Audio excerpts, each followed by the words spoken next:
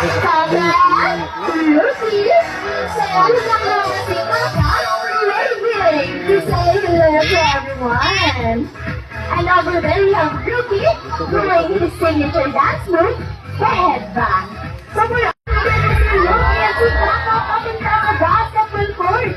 Parang lesser carbon emission and safe sa environment. And so palakpak naman po for Rookie and Kaka. When I say let's cheer for Kaka, you would say, Kaka! Kaka! Okay? So now can I hear the cheer from the team Rookie? Naku, ang hina ng cheer!